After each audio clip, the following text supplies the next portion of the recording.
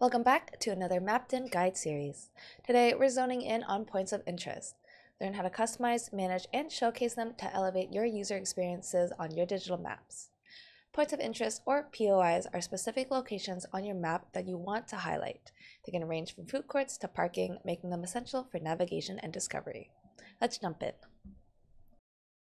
With the Mappedin editor, you can seamlessly add detailed info for each point, from names and descriptions to custom icons. For example, we have 3 POIs in the office demo map.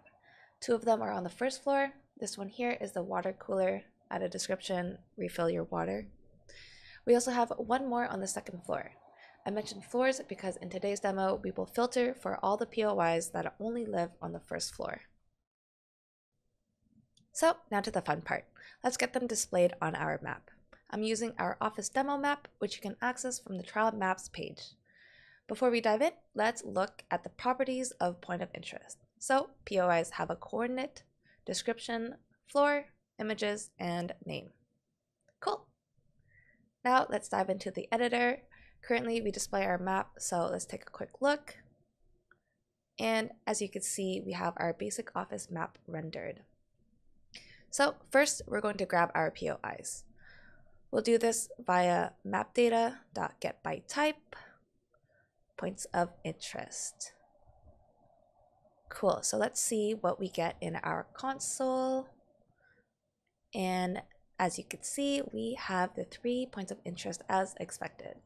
Let's store that in a variable called all POIs. So I'm just going to copy and paste that there. Cool, so next we are going to do our filter method. We want to filter all POIs for our current floor ID and render them. So before we do that, we'll need to store our current floor in a variable. So we could do that with current floor map view .current floor .id. Nice.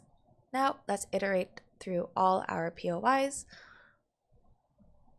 Let's do that in a for loop. Iterate through each one. Check. Now we are going to check if the POI floor and current floor are equal. So we could check with the floor ID if it's equal to the current floor. And if so, let's create a label using mapView.labels. And mapView labels take a coordinate and a name. So let's pass in the POI coordinate and the POI name.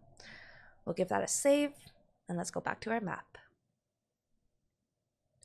Wow, that's cool. Look at that. We now have our snacks and water cooler displayed to make it super easy for users to find what they're looking for. Thanks for watching. Dive into our documentation for more in-depth guides and get creative with your digital maps. Happy mapping!